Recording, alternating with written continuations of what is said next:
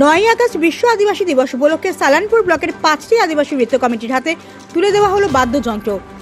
এদিন Salanpur BDO office সংলগ্ন community হলে সালানপুর বিডিও দেবাঞ্জন বিশ্বাস, জয়েন্ট বিডিও শ্রেয়া নাগ, পঞ্চায়েত সমিতি সভাপতি কৈলাসপতি মণ্ডল সহ সভাপতি বিদ্যুৎ মিশ্র, সমাজসেবী ভোলা সিং এর উপস্থিতিতে আদিবাসী সম্প্রদায়ের 5টি নৃত্য কমিটির হাতে একটি করে ধামসা, 2টি করে মাদল, একটি করে বাঁশুরি এবং একটি করে কাশি তুলে দেওয়া হয়।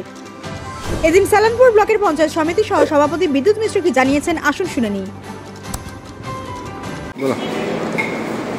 আজকে কি আপনাদের আজ বিশ্ব আদিবাসী দিবস, সেই উপলক্ষে আমাদের মাননীয় মুখ্যমন্ত্রীর নির্দেশে সালানপুর ব্লকে 5টি আদিবাসী টিমকে ধামসা, মাদল এবং বাঁশি এবং কাশি এইগুলি প্রদান করা।